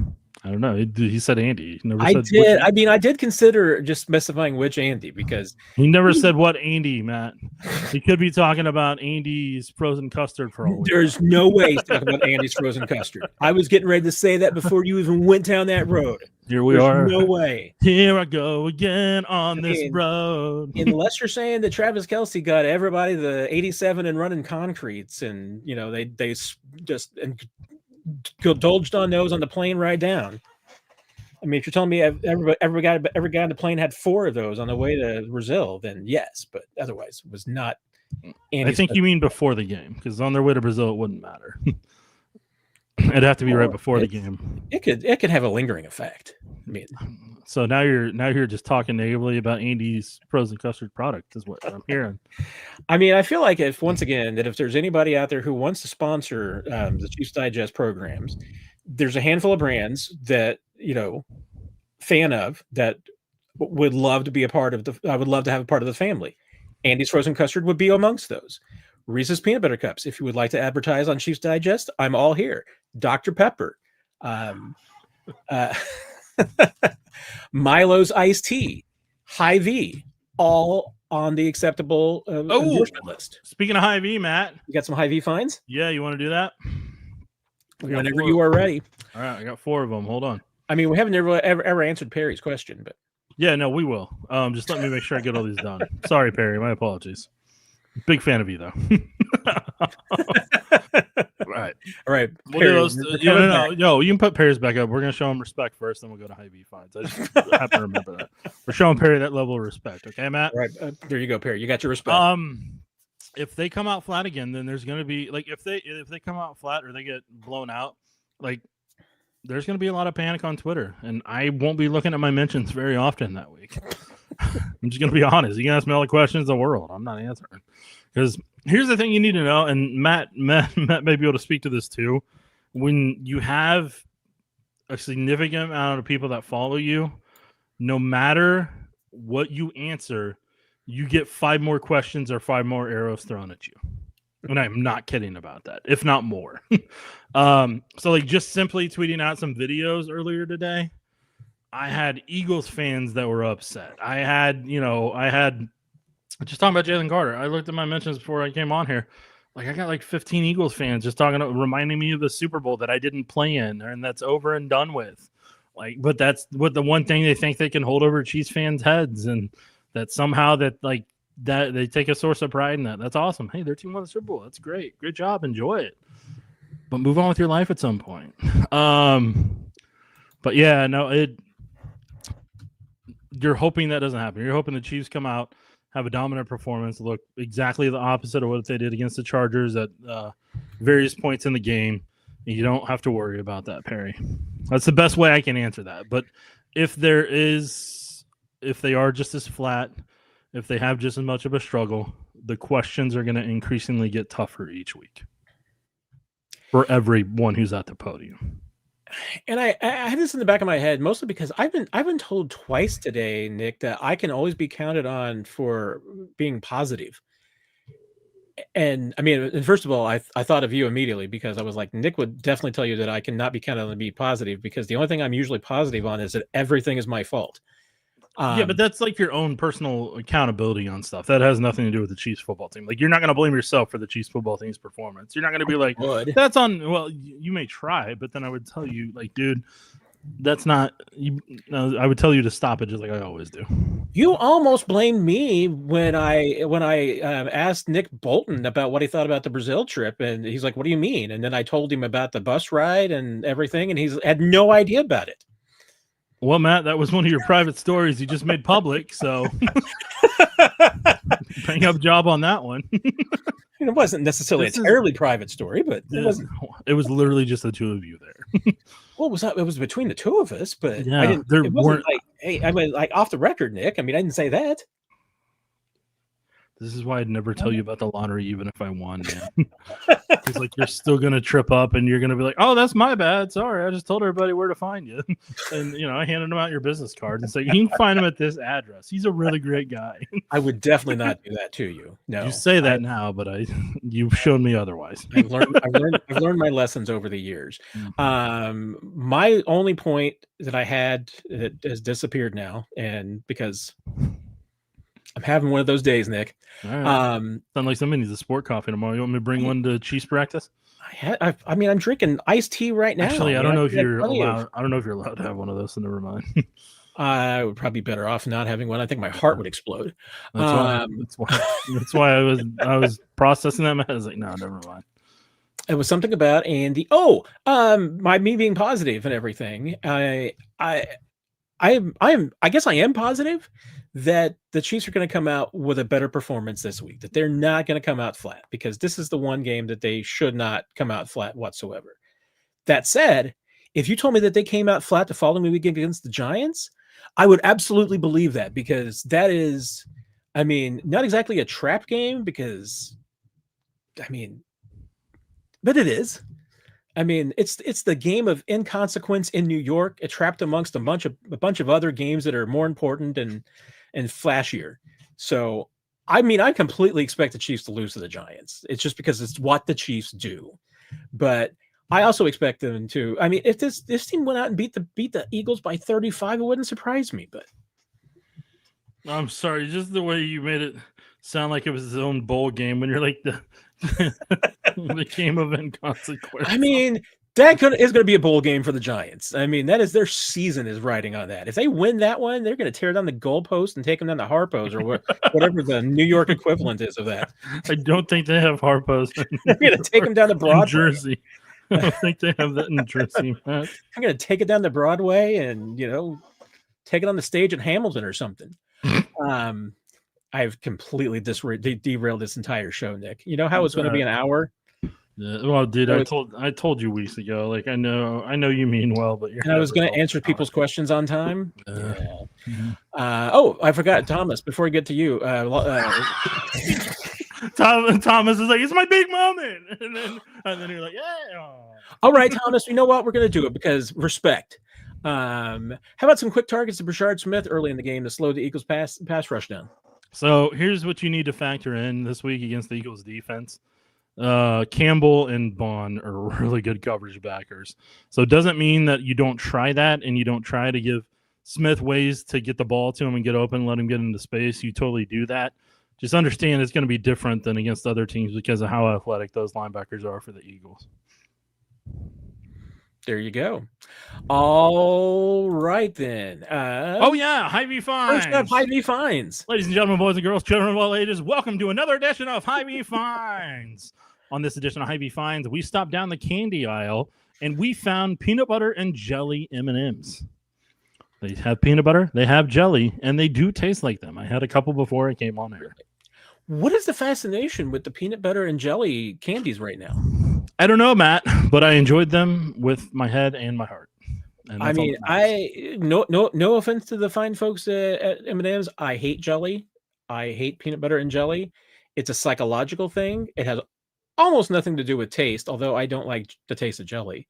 But when I was a kid, my aunts and uncles didn't believe that I didn't like jelly. So they tied me to a chair, blindfolded me, and then fed me peanut butter and jelly sandwiches to try and prove that I like jelly. And Matt is taking this Q&A down a really dark road, so thank you. Well, I'm going to bounce it back right now because this is the thing I've looked forward to the most in my life over the last month. Next thing at Hy-Vee Finds we found today, the Reese's Oreo. It has pieces of Oreo inside the Reese's little miniature candy. I could not find them in normal size. I could only find them in the miniature size. Had two before because I needed to be because people are going to ask me, hey, how did they taste? Those Reese's Oreos, they just need to make them forever because those things are amazing. They're very good. I have a package of the regular size ones. I have not tried it yet because I was going to share it with the other person in my household. Mm-hmm. But the opportunity has not arisen yet. But I have had the miniatures and they are quite yummy. So 100% there. It is a winner.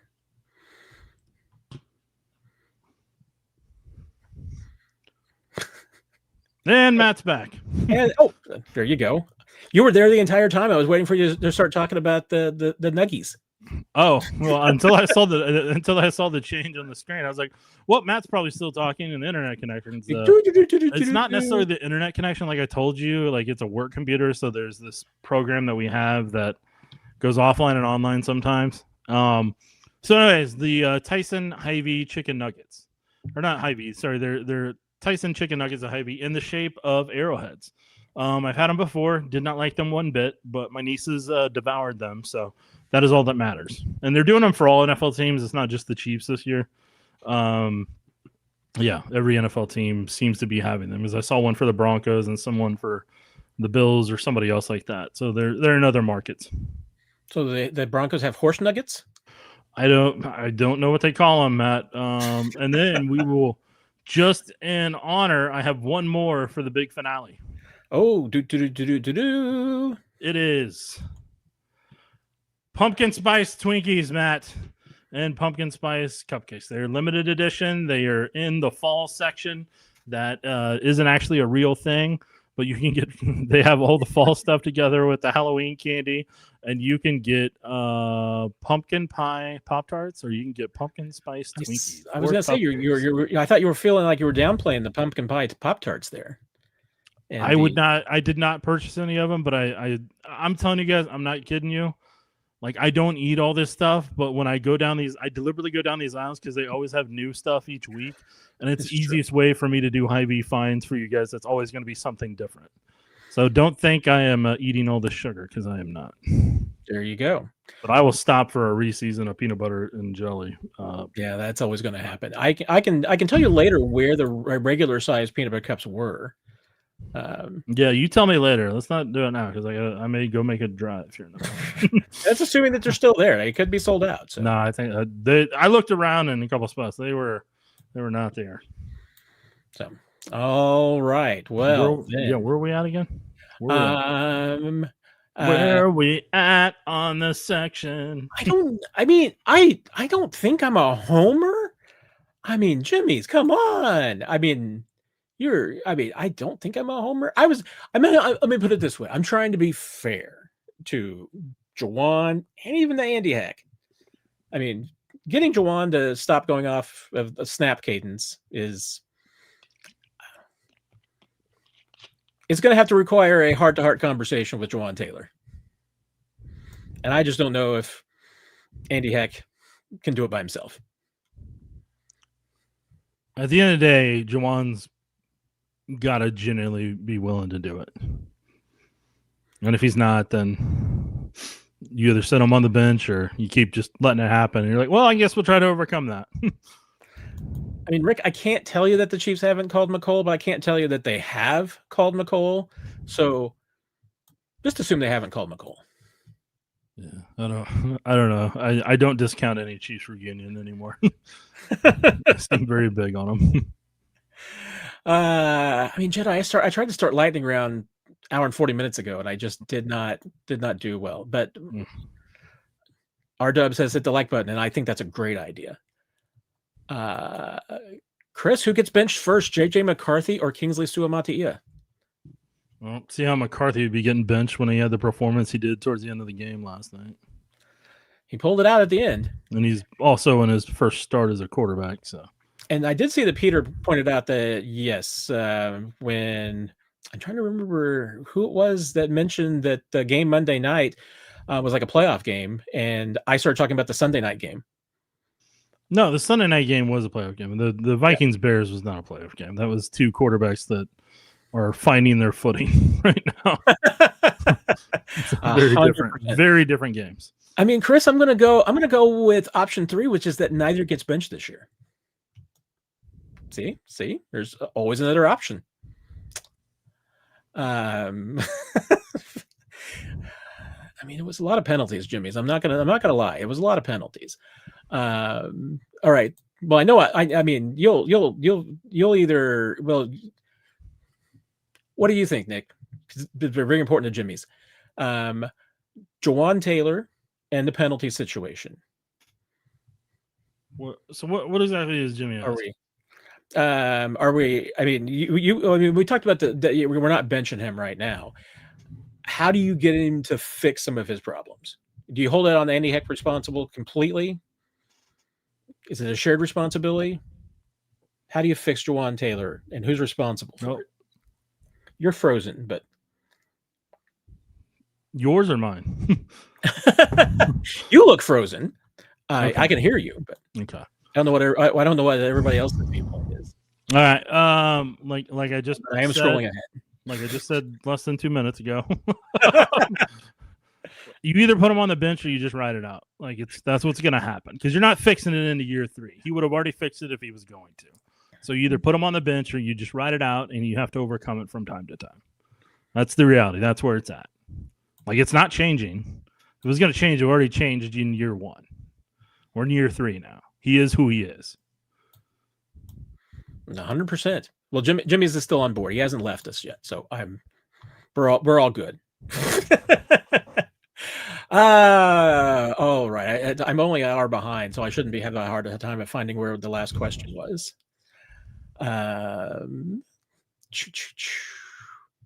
R-Dubs, food question: Japanese or Chinese food? I mean, most of the time Chinese food, but I will not say no to a good Japanese steakhouse. Oh, but now we've lost Nick completely.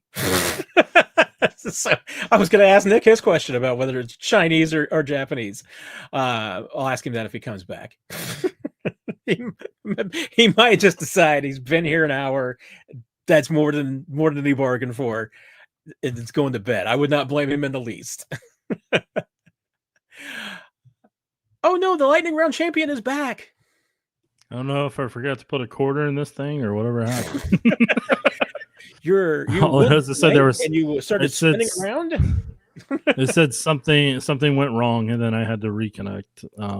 Inside the CyberDuck thing. CyberDuck said something. No, I'm inside the web page. It wasn't a disconnect of the internet. It said something went wrong, and it was the CyberDuck web page. There you go. See, I mean, exactly. Japanese or Chinese food, Nick? Why you buying? No.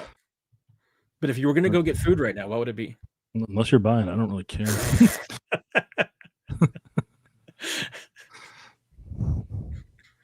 Fair enough. Nope. Oh yeah, people also know you for rants, Nick. That's a third thing people know you for.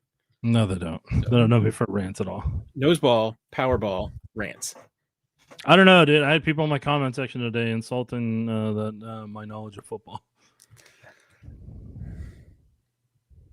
I'm being serious.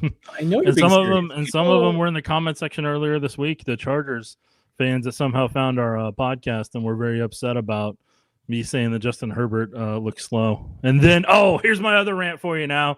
So here's something I want to tell each and every one of you right now. Whenever you say, whenever I say observation-wise that, like, yeah, no, he looks slow. He did. On 3rd and 14, like, he looks slow. And so if your first response is, he's not slow, look at his 40 time. His 40 time's a 4.68.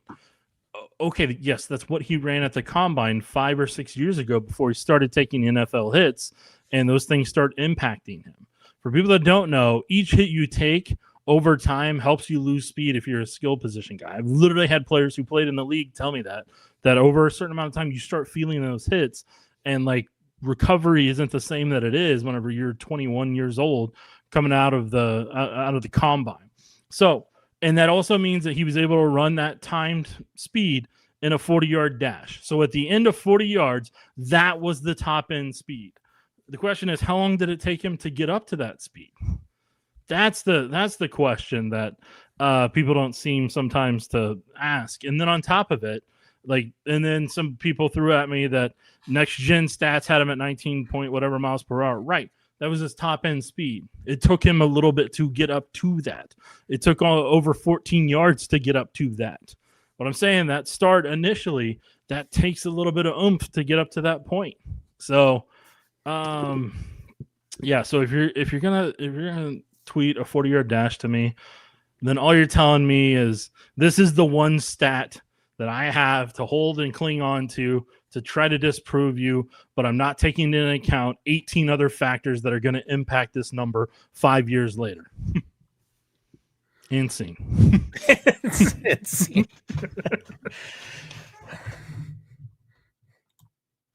Where's the Tylenol? Nobody ever gets it when I use that line, by the way. I knew exactly what you're saying. I was just drinking water. Simmer down there, Matt. Let's put it on simmer mode. Simmer. Nick, you're also known for being a Tank Bigsby fan. So there's 5 things. People are just making stuff up at this point. Hey, I know you went to Applebee's once. You're an Applebee's guy, right? Nobody's an Applebee's guy. Right. Do you think the Chiefs had interest, or did his fumbling problem in Jacksonville scare teams off?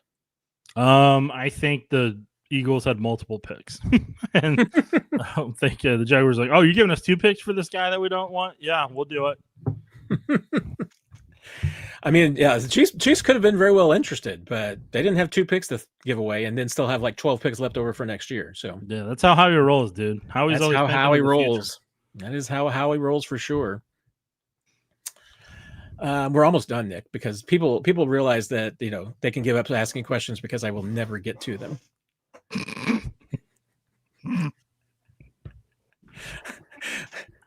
I think we've broken Red Royce in the comments too. Yeah. All right. Well, sorry to hear that. Jimmy's, have we seen the best years out of Mike Dana already? Yeah, he's versatile. I get it, inside, outside, but don't you need to be good at one of them? Mike Dana has always been a power rusher. That's what he's always been. And so he was able at one point before the pec injury that he had that really seemed to kind of take a lot out of him. He always had a good power bull rush, but from an athletic perspective, he was never necessarily the guy that was going to chase down a quarterback. He could bull rush an offensive lineman into your lap, but he wasn't going to chase you down like Micah Parsons did Jared Goff in that game in the fourth quarter. That was ferocious. I mean, there's nobody. I mean, even as much as he turned on that nitrous oxide and boom. I mean, Furious George doesn't even have that motor in him. So who? Furious George. Who's that? George Karlaftis. Oh. I mean, he's got a motor, but he didn't have that motor. Nobody's got that motor.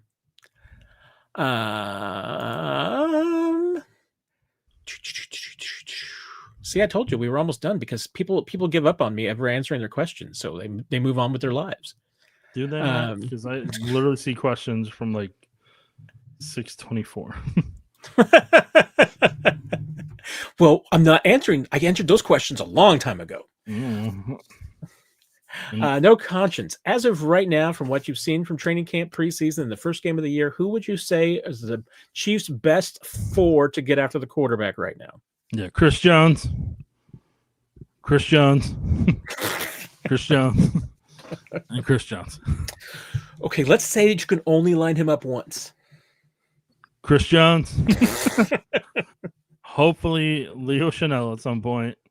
Ashton Gelati's got some juice to him. We'll see whenever they finally let him start doing some stuff.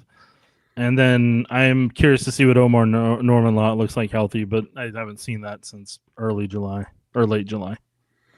I mean, I really like your idea of Leo Chanel, and I will definitely subscribe to your newsletter.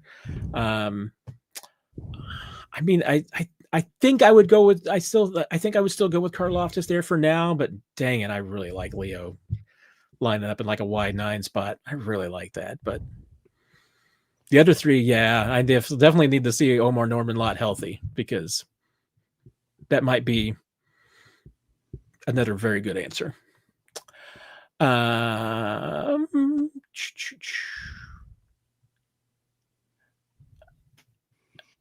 mean, okay.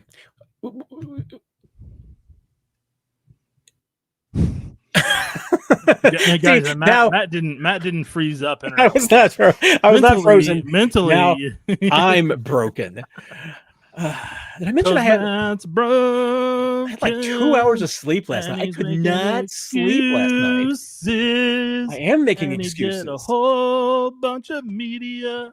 And I wasn't, and I was not. Were you on 6 shows, or were they only 5? It felt like it, and I also felt like I was not making sense on some of those shows. All those shows at part of the time too. So, all right, Matt, you got 8 more minutes, and I really do need to get out of here because I was planning to leave at 8:30. Yeah, and I promised you would not be here more than an hour. So you promised me a lot of things. Yeah, I when definitely it comes to time management. There's no doubt about that. I definitely lied. All right, Chiefs start 1-5. Are you tanking? No. Get out of here. Nonsense. And why aren't you tanking? No, play ball, compete. That's what you do. You got Patrick Mahomes. I mean, if you're 1-5, you can still win every game the rest of the way if you got Patrick Mahomes. Get out of here, Brian, with that nonsense. They literally are just coming off a Super Bowl, man. They were coming off playing in 3 Super Bowls and winning 2 of them. Get out of here. Get out of here. I don't know if Joe heard your rant, but Joe was basically asking exactly what your rant was. Chiefs' problem with the lack of playmakers on the team. One of their current playmakers is on suspension right now. Well, the other one collided on a mesh route. I just had the conversation today that, you know what? Bedenbaugh. There you go. Not about Ryan Gruden. No, I mean, Brian, take that. You can What just take conversation, Matt? Who was that conversation with? Why do you keep name dropping my people? I didn't name drop anyone. Okay. I just said it was a conversation. I had a conversation earlier. I didn't say who it was with. Brian, you've officially lost your mind again tonight in the comment section. Still love you, but you've officially lost your mind. I don't understand that one, so I apologize. I'm going to skip that question. I touched your questions, Ryan. I touched your questions that made sense, Brian. I mean, we're just moving on at some point because you're crazier than I am right now. You just seen Brian in the comment section under the podcast. I'm pretty sure you had like 30 comments in there that we had to get rid of at one point. Brian, I was watching a tailspin on his comment section. John, do we really know what Tyreek Hill looks at this point? His quarterback wasn't any good for over a year.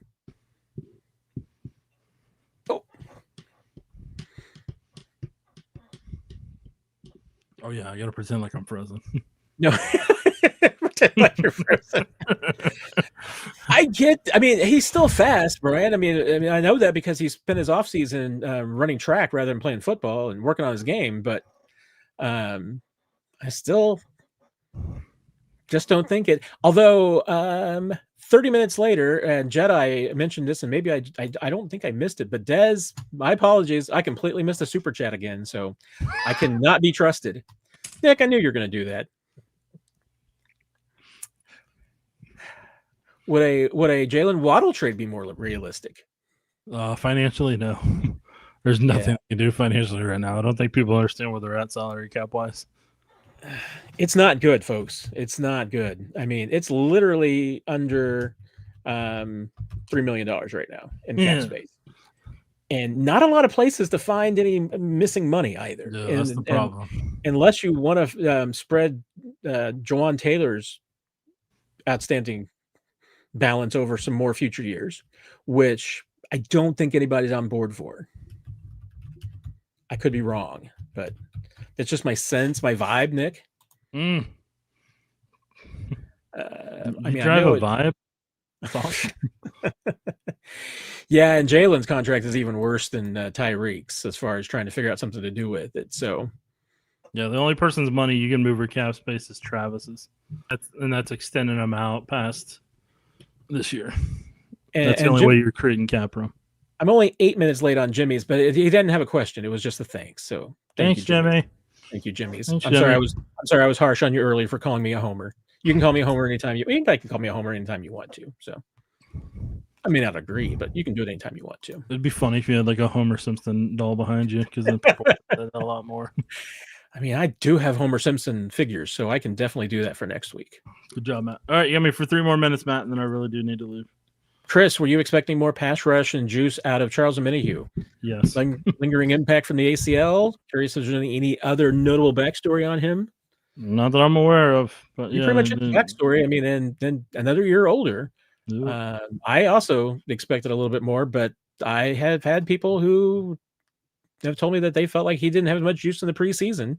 I don't know if you were one of those folks, Nick, so I don't know if that conversation is anything that I'm sharing publicly, but even if you did, I would not mention your name. So never know. We'll never know. John, what is one way you think the Chiefs fan base has gotten better and one has gotten worse with all the success that they've had since Mahomes? Sorry, Matt, my internet connection's going bad. I mean, that's an intriguing question, John. I'm trying to think. I mean, the fan base is not as hard on its quarterback as it used to be.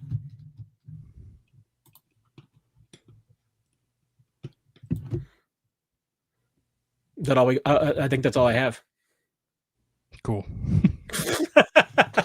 Brother Rick with the super chat. Ashton Gelati will start sooner than later. He was making a statement and showing his appreciation. There you go. I like it, but I also agree with the comment. So I mean, I think Ashton Gelati is going to start at some point this year. All right, Nick, I'll get you a good one to go out on. I swear. Well, maybe. Mitchell wants to know, how does Jalen Carter not destroy Kingsley on Sunday? It'll be a very interesting battle. We will see how it works out as the arrowhead turns. Bobby, if you had to guess, does Worthy play again this season? I hope so. Hope so. I don't hope so. I'm pretty sure he will, but I mean, I guess stranger things have happened. An asteroid could hit. So anyways, folks, we are not declaring anything at this time in terms of catastrophic events. Hey, we got that interstellar comment that's, in the neighborhood, right, Nick? So be on the lookout. Keep your head on the swivel.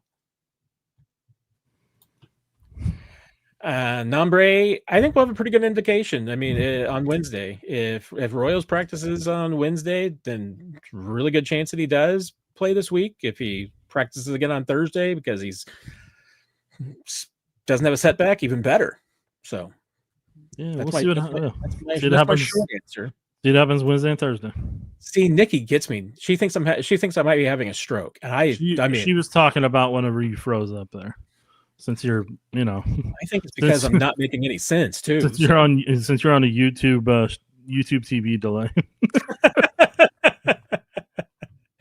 Man, and no one. I'm very disappointed that no one has asked any questions about the YouTube. I mean, I kind of want to know about this because I've had some millennials, Nick, tell me that they really thought that the YouTube presentation was great and that they love the whole thing and they love Mr. Beast shooting somebody out of a cannon and all this nonsense. And so it wasn't my jam, but I guess your mileage may vary.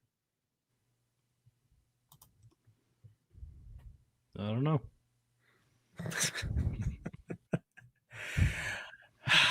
Yeah, I blame myself for everything that's happened tonight. And that's how we know it's a Matt. It's a Matt day. He falls on a sword. I now know about crown points. I don't know how you get them, or how you don't get them, or how you lose them, but I know they exist now. See. All right, Nick. I think I have exhausted everything here.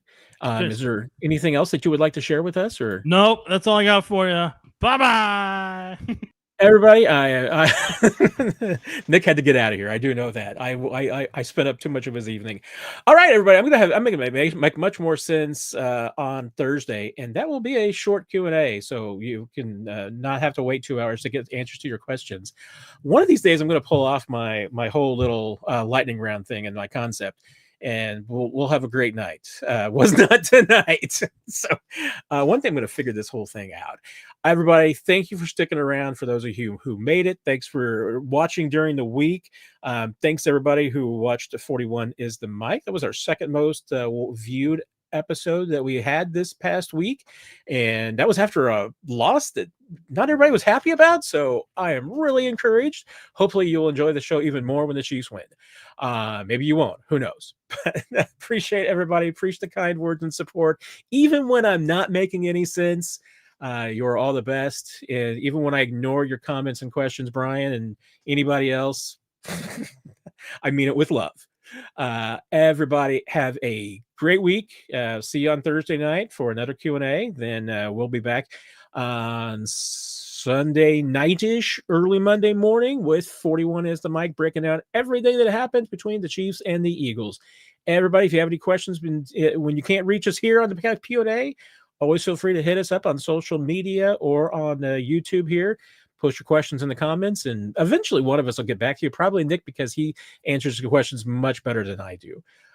But once again, I'm promising to get better. Everybody take care. Thanks as always. Have a